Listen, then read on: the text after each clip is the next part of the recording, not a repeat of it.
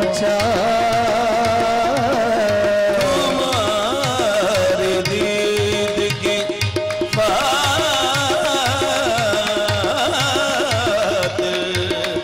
कहाँ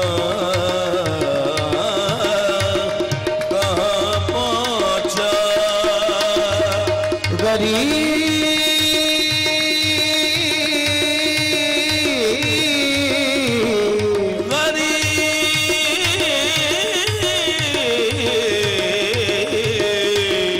गरीब मिट गए पामाल हो गए, लेकिन किसी तलक न तेरा आज तक निशान पहुंचा। वो भी नहीं हर जाओ, वो भी नहीं हर जाओ, वो भी नहीं और हर जाओ।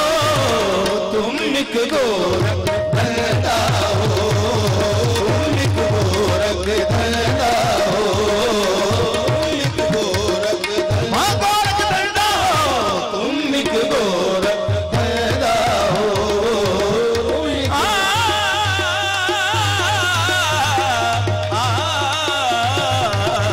तुम एक गोरख धरता हो, तुम एक गोरख धरता हो। फलसफी को बहस के अंदर खुदा मिलता नहीं, कभी को बहस के अंदर खुदा मिलता नहीं।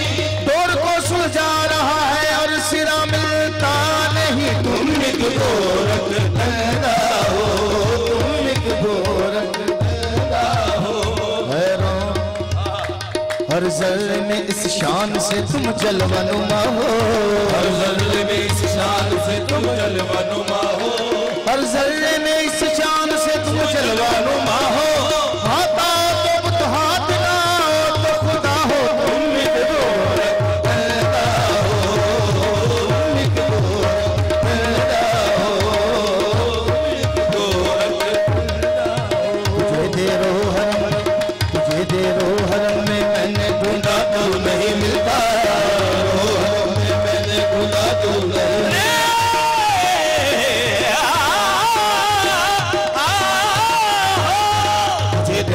हरम में मैंने ढूंढा तो नहीं मिलता। मगर तशरीफ वर्मा तुमको अपने दिल में देखा है। तुम एक गोरख धरता हो, तुम एक गोरख धरता हो, तुम एक गोरख धरता। हरमोदेर में है जलवाए पुरफन तेरा, हरमोदेर में है जलवाए पुरफन तेरा।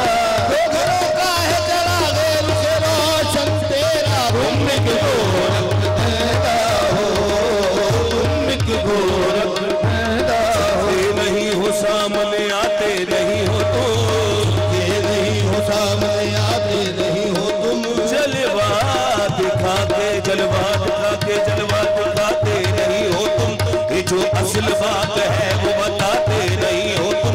ये हैरान मेरे दिल में समाए हो किस तरह, मेरे दिल में समाए हो किस तरह। हालांकि दो जहां में समाते नहीं हो तुम। तुम एक गोरख धरता हो, तुम एक गोरख धरता हो, तुम एक गोरख। जो उल्फत में तुम्हारी खो गया है, जो उल्फत में तुम्हारी खो गया है, उसी खोए हुए को सब मिला है, उसी खोए हुए को सब मिला है।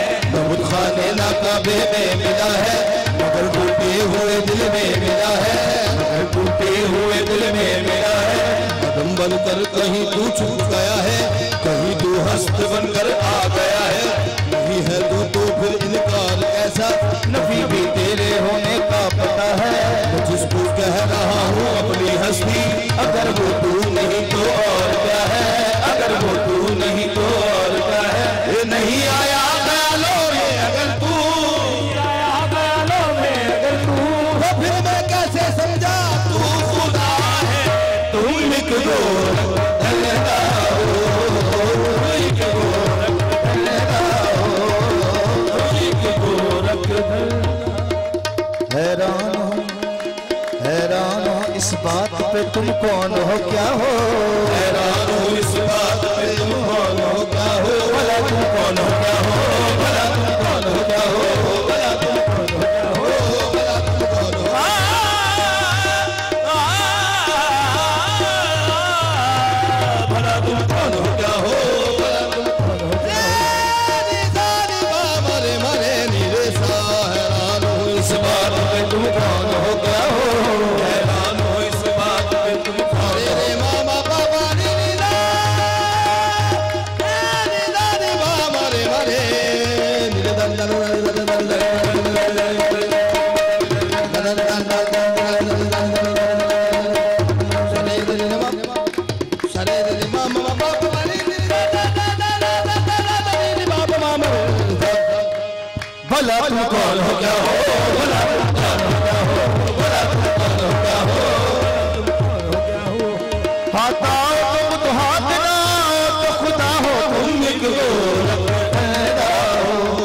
मस्जिद मंदिर ये मैं माने, कोई वो माने, कोई ये माने, मस्जिद मंदिर ये मैं माने, कोई ये माने, कोई वो माने, है सब ये तेरे दीवाने, कोई ये माने, कोई वो माने, कोई ये माने, कोई वो माने, कोई ये माने। ये सब है दीवाने तुम्हारे नाम के, दीवाने तुम्हारे नाम के, फिर क्यों झगड़े हैं रहीम और राम के, तुम दो रखे देता हो भी नहीं और हर जाओ भी नहीं हर जाओ, मौला हो भी नहीं और हर जाओ, तुम लिख दो रखे देता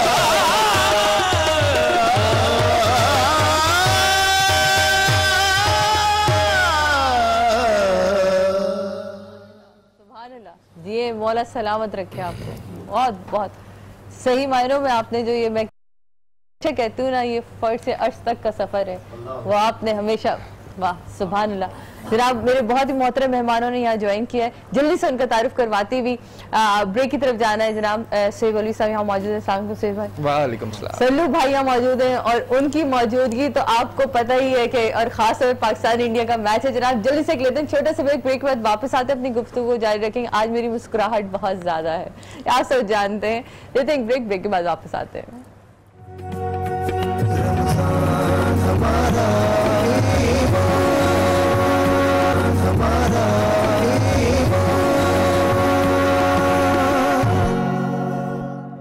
वेलकम बैक नाज़रीन, वापस आ चुके हैं हम। रमजान हमारा ईमान।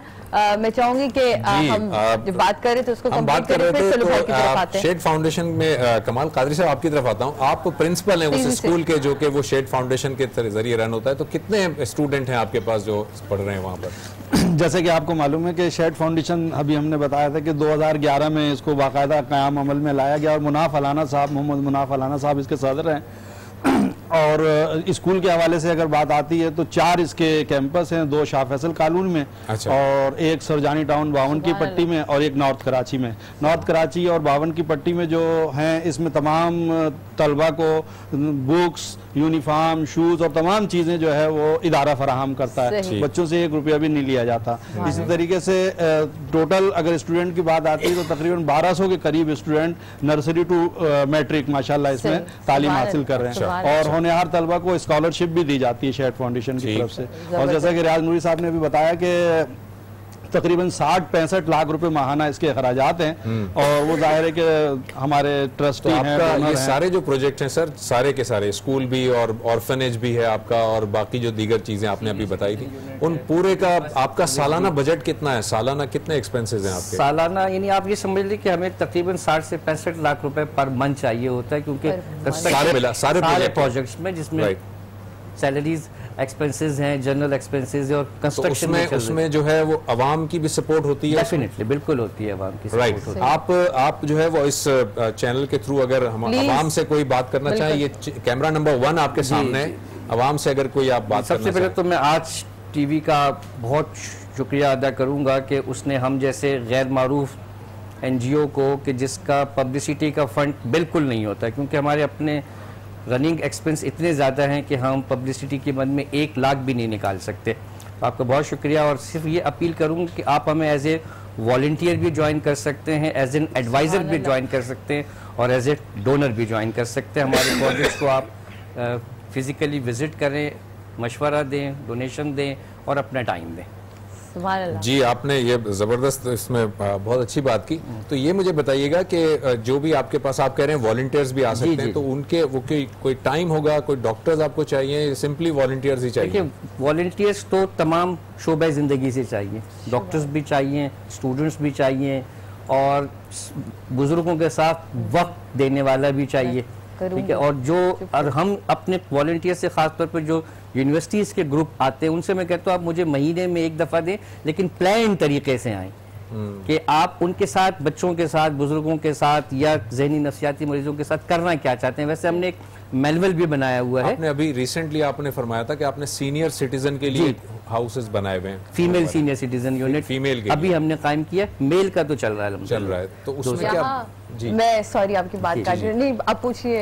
मैं कह रहा हूँ कि बच्चे जो है वो छोड़ जाते हैं अपने पेरेंट्स को, क्योंकि आज हम फादर्स डे मना रहे हैं और फादर्स डे के हवाले से मैं जरा जानना भी चाह रहा था। मैं आपको बताऊं हमारा जी हमारा जो एक्सपीरियंस है वो थोड़ा सा चेंज है। इन्हीं हमारे पास जो है सीनियर सिटीजन्स वो 40 यार्ड्स के मकान में, 60 यार्ड्स के, 80 यार्ड्स के मकान में, तो वो खुद एडजस्ट नहीं हो पा रहे। ओके, अच्छा। और फिर बुढ़ापे की वजह से चिड़चिड़ाहट और कुछ नफसियाती मसाइल ऐसे हो जाते हैं। बास तो ज़्यादातर हमारे पास खुद आए हैं या हमारे वॉलंटियर्स ने उनकी फैमिली को कन्विंस किया कि यार घर में रोज़ झगड़ा होता है, ये बाहर निकल जाते हैं, यहाँ सो जाते हैं, तो बेहतर है कि ये एक सेफ जगह है, यहाँ पर आप रख दो। जबरदस्त। तो हमारा तजुर्बा थोड़ा सा आपका डिफरेंट है तजुर्बा। चलें, मैं अब यहाँ जरा शोएब भाई की तरफ आऊंगी। शोएब भाई, आप इस वक्त मैच देख रहे हैं, मैच की परफॉर्मेंस देखते हुए आपको क्या लगता है पाकिस्तान कहाँ टारगेट कर रहा होगा? देखिए 350 का टारगेट कर रहे हैं, लेकिन अगर ये 330 और 335 पे भी पहुंच जाएं तो it's a good strong position, क्योंकि इंडिया की बहुत ज्यादा स्ट्रॉन्ग बैटिंग लाइनअप है, बहुत डीप बैटिंग लाइनअप है शोएब मलिक आउट और एक और नुकसान हमारा जनाब। और अब फिर मुझे कहा जाएगा ब्रेकिंग न्यूज, ये ब्रेकिंग न्यूज मुझसे ही ले लें प्लीज कि शोएब मलिक आउट हो गए। और ये पाकिस्तान का एक बड़ा मैं कहती हूँ कि वो दामाद को आउट करके बड़े खुश हो रहे हैं, हम बेटे को आउट हो गए। आप क्या कहेंगे? मेरे ख्याल में बहुत बड़ा धचका लगा पाकिस्तान को, क्योंकि ये है। और अब हम जो डिपेंड करेंगे वो सरफराज की इनिंग्स पे भी डिपेंड काफी करेंगे, क्योंकि 350 देखिए दूसरी टीम के अगेंस्ट आप अगर 300 कर रहे हैं या 310 कर रहे हैं तो इंडिया की बैटिंग स्ट्रेंथ देखते हुए आपको 350 करना है। 247 आपके ख्याल में हम जा सकेंगे 350? हाँ बिल्कुल, 10 लास्ट 10 ओवर्स में 100 run banana with 7 wickets in hand. मतलब ये विकेट, यही मैं आपसे कह रहा हूं, विकेटें तो जा चुकी हैं हमारी।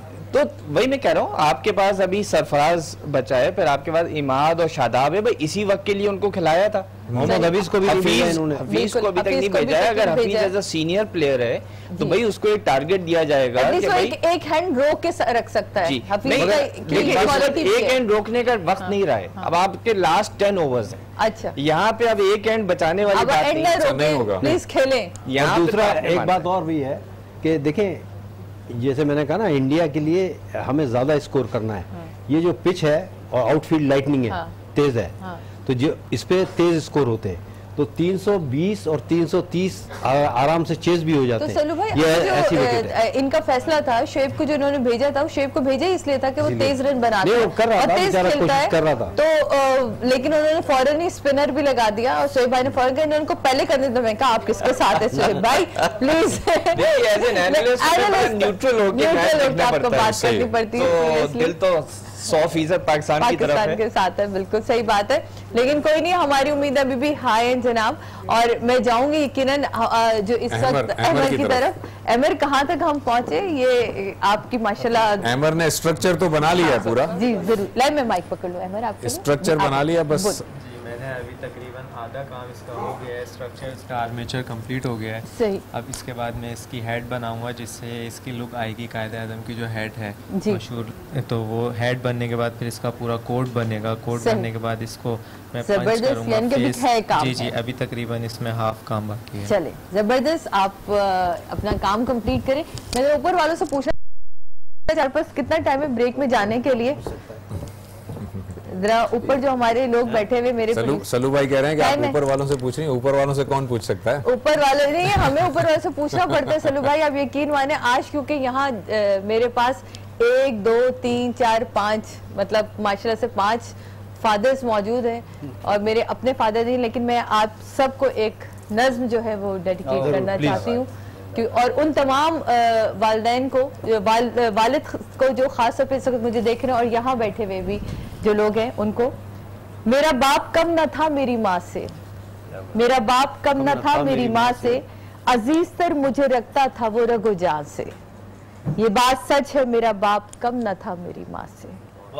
वो माँ के कहने पे रोब मुझ पे रखता था, वो माँ के कहने पे रोब मुझ पे रखता था, ये वजह थी वो मुझे चूमते झिझकता था। वो आशना मेरे कर्ब से रहा हरदम, वो आशना मेरे कर्ब से रहा हरदम, वो खुल के रो नहीं पाया, मगर सिसकता था। वाह जुड़ी थी उसकी हर एक हाँ फकत मेरी हाँ से, जुड़ी थी उसकी हर एक हाँ फकत मेरी हाँ से। ये बात सच है मेरा बाप कम न था मेरी माँ से। हर एक दर्द चुपचाप खुद ही सहता था, हर एक दर्द चुपचाप खुद ही सहता था। तमाम उम्र अपनों से वो कट के रहता था। वो लौटता था रात कहीं देर तक, वो लौटता था रात कहीं देर तक। दिन भर वजूद उसका पसीने में ढल के रहता था। ये बात सच है मेरा बाप कम न था मेरी माँ से। पुराना सूट पहनता था मगर कम वो खाता था। पुराना सूट पहनता था मगर कम वो खाता था। मगर खिलौने मेरे सब खरीद कर लाता था। वो मुझको सोते हुए देखता था जी भर के, वो मुझको सोते हुए देखता था जी भर के। न जाने क्या क्या सोच के वो मुस्कुराता था। मेरे बगैर थे सब ख्वाब उसके वीरा से, मेरे बगैर थे सब ख्वाब उसके वीरा से। ये बात सच है मेरा बाप कम न था मेरी माँ से। ये बात सच है मेरा बाप कम न था मेरी बाप से। तो यहाँ तमाम बैठे हुए आप भी एक वालिद हैं, आप भी वालिद हैं। आप सब के लिए मैं आज एक डेडिकेट करती हूँ आज फादर डे के मौके पर, क्योंकि कभी कभी हम और ख़ास तौर पे वालिद से एक्सप्रेस नहीं कर पाते अपनी मोहब्बत को, और वालिद भी एक्सप्रेस नहीं कर पाते अपनी मोहब्बत को। तो आप सबके बच्चों की तरफ से मैं कहती हूँ पापा वी ऑल लव यू। हम आपके बगैर कुछ नहीं है और हम आपसे बहुत प्यार करते हैं। तो जनाब यहाँ लेते हैं एक छोटा सा ब्रेक के बाद वापस आते हैं। और जो बात मैंने कही है इन सब से अपने अपने घर जब ये वापस आए तो आप लोग ज़रूर कहिएगा, क्योंकि इस इंतज़ार में बाप की आंखें रहती हैं। और फिर जो चमक आती है वो चमक बहुत खूबसूरत होती है जब बच्चा या बेटी बढ़ के कहती है पापा I love you. So please ज़रूर कहना मत भूलिएगा आज के दिन। लेते हैं ब्रेक के बाद मिलते हैं आपसे।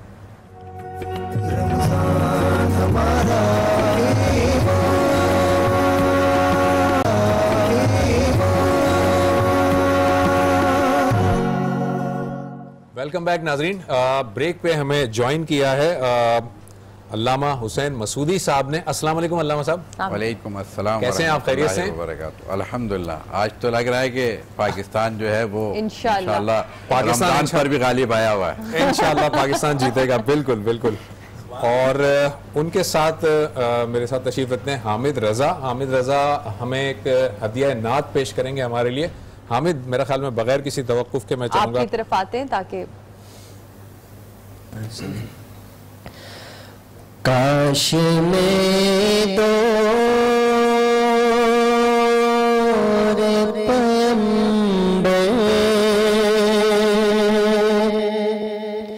में उठाया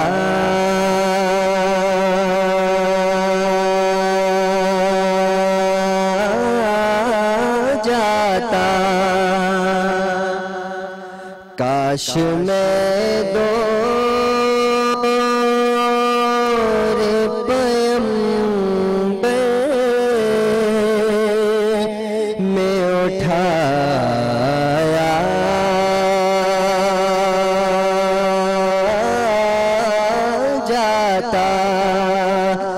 खुदा कदमों में से कार के पाया जाता। काश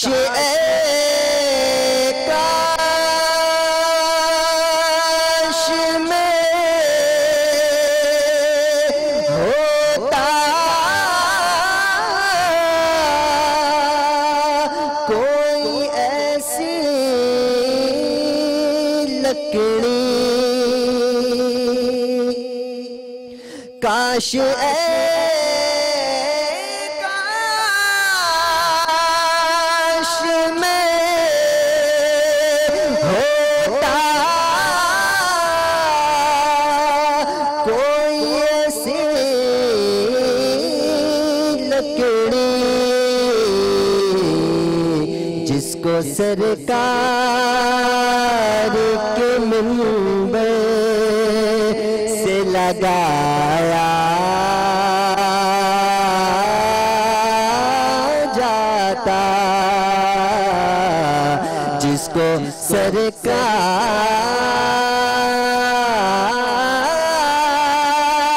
के मिंबर से लगाया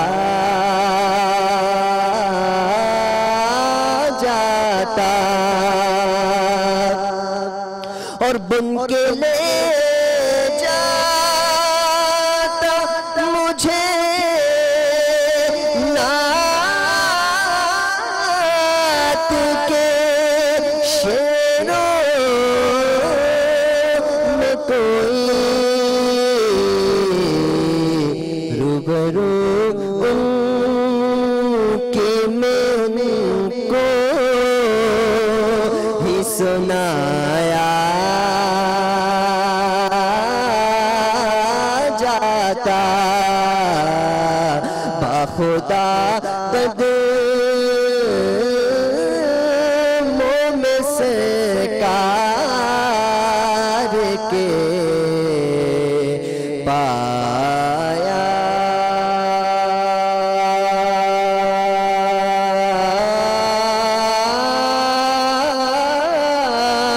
जाता।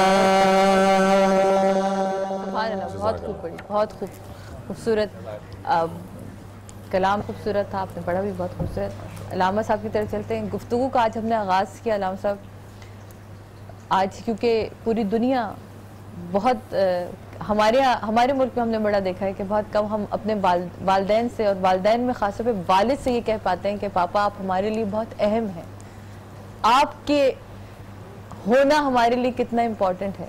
और जब वो हमारे दरमियान नहीं रहते तब हमें एहसास होता है कि वालिद की जो शफ़क़त, जो उनका साया है, वो कितना इम्पोर्टेंट था हमारे लिए। तो आज जो हमने गुफ्तगू में अपने रखा वो है बाप का टॉपिक है। हमारे फादर्स डे हम मना रहे थे आज हमने सोचा कि हम अपनी टॉपिक में अपने वालिद की जो खसूसियात हैं, जो एहतराम है, जो कुर्बानियाँ हैं, क्योंकि वालिदैन में तो हम दोनों शरीक हो जाते हैं, माँ पे हर वक्त हम बात करते हैं, हर पल हम बात करते हैं, लेकिन वालिद एक वाहिद ऐसी चीज़ है जिस पर हम बहुत कम गुफ्तगू कर पाते हैं। तो मैं चाहूँगी कुरान और सुन्नत की रोशनी में भी आप इस चीज़ को थोड़ा सा बयान करें कि बाप की, मैंने सुना है कि बाप की बददुआ जो है वो ज़रूर लगती है। क्या इसलिए कहते हैं कि बाप को, मैंने ये मेरा सुना हुआ है, अब मुझे आप यहाँ मेरी तस्दीक कर सकते हैं कि माँ की तो वो कभी देती नहीं है, लेकिन अगर तुमने बाप को नाराज किया तो जो उसकी नाराजगी है वो अर्श तक पहुंचती है। रब की नाराजगी, इसमें कोई शक की गुंजाइश ही नहीं है कि खुदावंद आलम ने भी अपने साथ और अपनी इबादत के साथ जिस चीज़ को जोड़ा है, वो किस चीज़ को जोड़ा है? वो वालिदैन के एहसान को जोड़ा।